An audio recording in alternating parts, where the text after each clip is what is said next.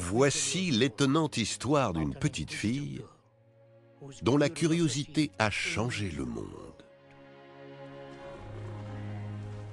Fatima a vécu il y a plus de 1000 ans dans une ville au bord d'un grand désert.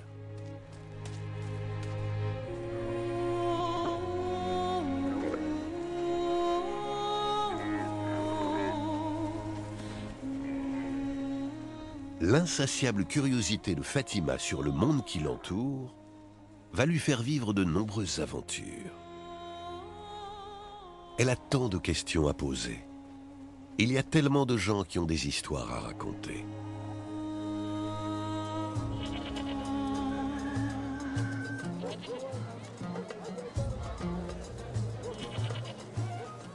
Kairouan est en ce temps-là une grande ville commerçante de Tunisie, où les marchands viennent de très loin pour vendre et pour acheter.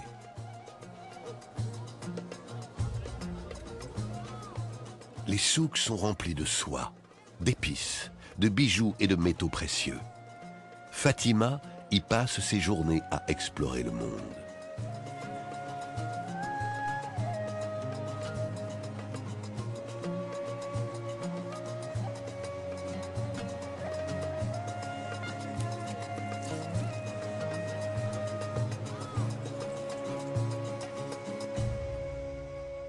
Fatima a l'air d'une enfant heureuse. Mais derrière son sourire se cache une profonde tristesse.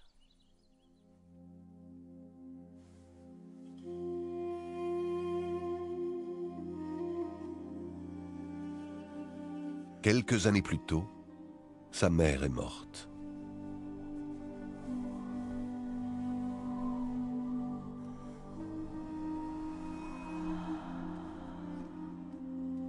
Son père se retrouve donc seul pour élever Fatima et sa sœur.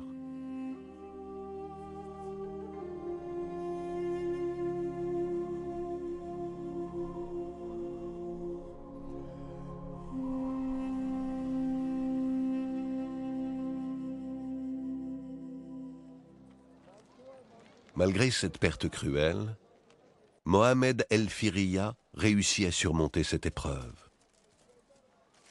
Il élève Fatima et sa sœur Mariam avec amour et sollicitude. Mariam est douce et pleine de bon sens.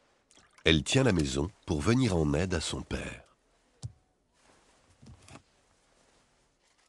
Mais Mohamed voit bien que la mort de sa mère pèse toujours sur Fatima comme un lourd fardeau. Il s'inquiète pour sa fille.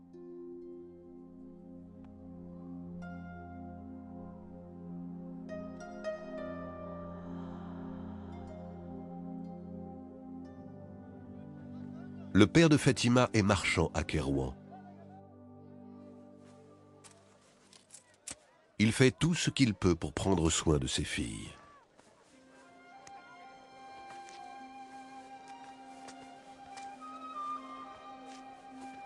Fatima suit son père comme une ombre alors qu'il vaque à ses affaires.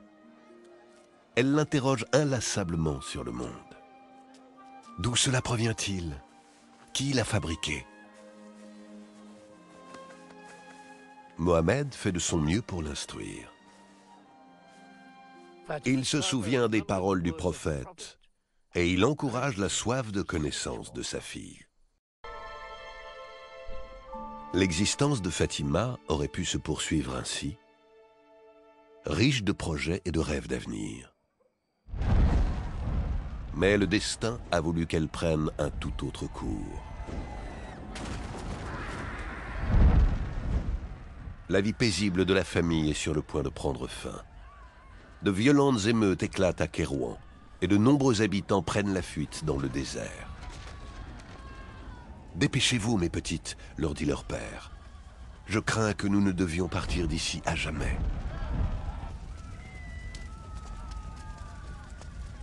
Rassemblant à la hâte quelques affaires, le père emmène ses filles. Ils se mettent en route vers un avenir incertain.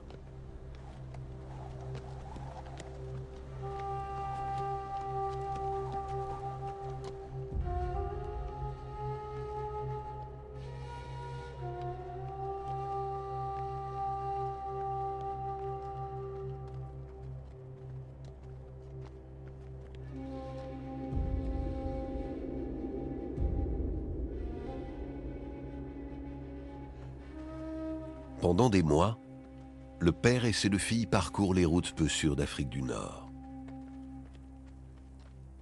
Ils évitent les villes où la violence et l'agitation font rage et traversent de vastes étendues de désert et de montagnes.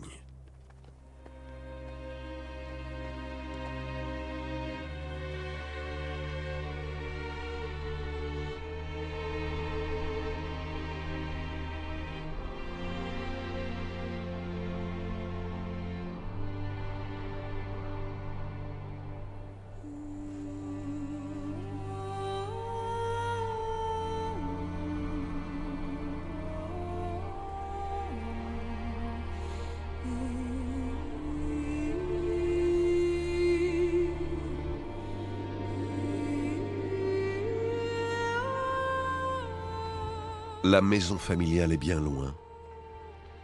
Et Fatima a abandonné ses rêves de savoir et de connaissance. À quel espoir se raccrocher désormais? Ils atteignent finalement les faubourgs de Fès, au Maroc.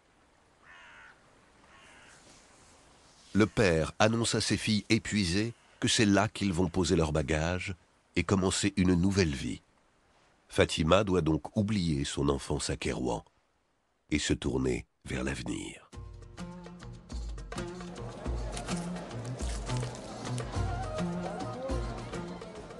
Les années ont passé. Fatima, la petite fille si curieuse, est devenue une jeune femme pleine d'intelligence.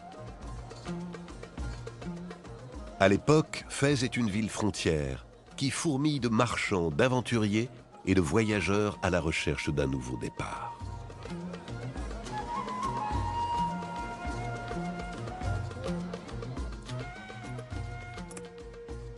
Peu à peu, les affaires ont repris pour le père de Fatima. Et Mariam, sa sœur, s'occupe toujours de la maison.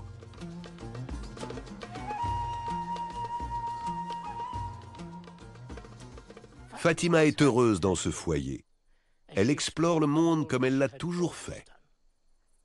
Mais un jour, elle voit quelque chose qui réveille en elle des rêves depuis longtemps endormis.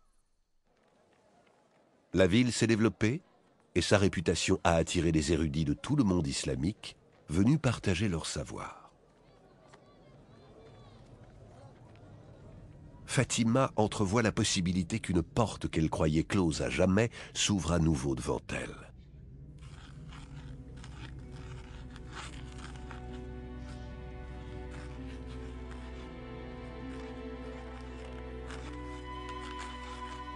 Chaque jour, elle arpente la ville, non plus à la recherche de soie et d'épices, mais d'une marchandise plus précieuse que toutes les autres, la connaissance.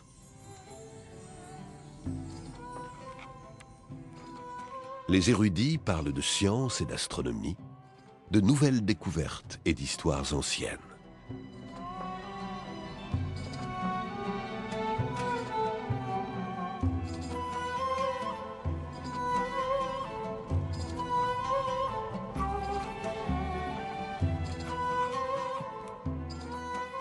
Le père de Fatima est redevenu un homme riche. Mais Fatima n'a pas envie de bijoux et de beaux habits. Ce qu'elle désire par-dessus tout, ce sont des récits et des poèmes, du latin et du grec, et déceler les mystères du soleil, de la lune et des étoiles. Mais on le sait, les sables du désert sont aussi changeants que le cours d'une vie. Le père de Fatima tombe malade. La jeune femme met ses livres de côté et tente de prendre soin de lui.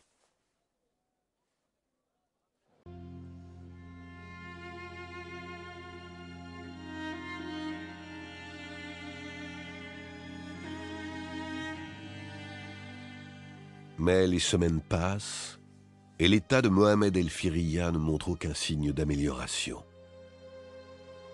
L'inquiétude gagne Mariam et Fatima. Elles font venir les meilleurs médecins, mais leurs espoirs sont vains. Leur père adoré prend congé de ce monde.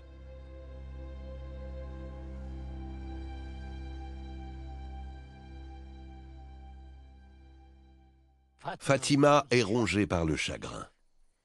Elle mange à peine, elle ne dort plus, et ses livres se couvrent de poussière. Pourquoi a-t-elle gâché un temps si précieux en d'inutiles études? Tout ce qu'elle aime a disparu.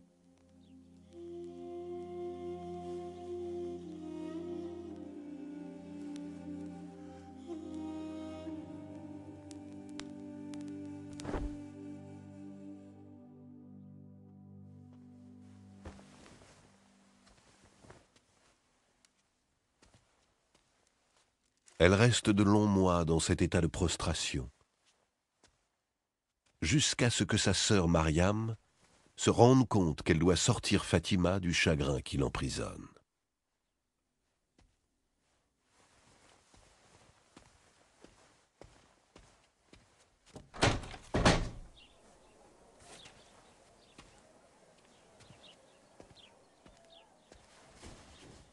« Père serait triste de te voir tomber en poussière comme cela, » dit Mariam à sa sœur. « Nous devons penser à l'avenir, maintenant. » Fatima revient donc là où tout a commencé. Elle pense à ce qu'elle a perdu, mais aussi à ce qu'elle a trouvé. Elle se débarrasse des vêtements de deuil qui la dissimulent depuis si longtemps.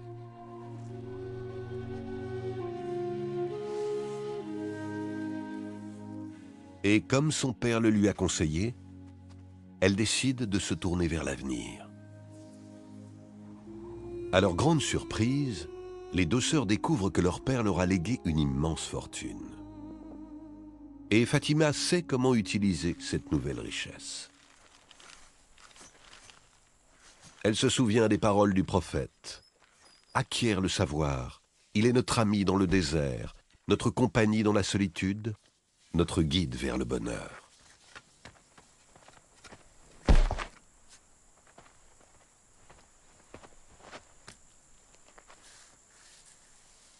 Fatima décide alors de financer la construction d'une mosquée dans sa ville. C'est elle qui pose la première pierre de l'édifice, réalisée avec des matériaux venus du pays de son père.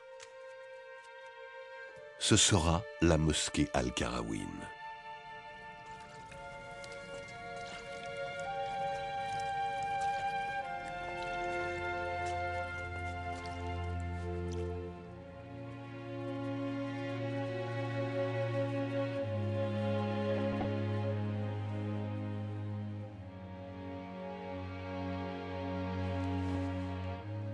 De nombreuses années s'écoulent. La mosquée de Fatima est devenue l'une des plus respectées de la ville. Elle attire de grands érudits qui viennent enseigner dans sa cour ombragée. Au fil des ans, la réputation de son enseignement grandit et elle est considérée comme l'une des meilleures écoles de la région.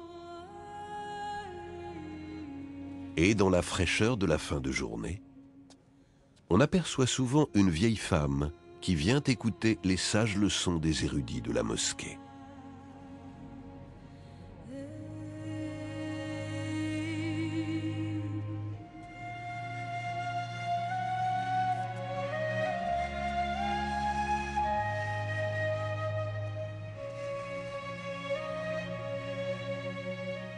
Aujourd'hui, la mosquée de Fatima, qui est devenue l'université de Fès, est le centre d'enseignement en activité le plus ancien du monde.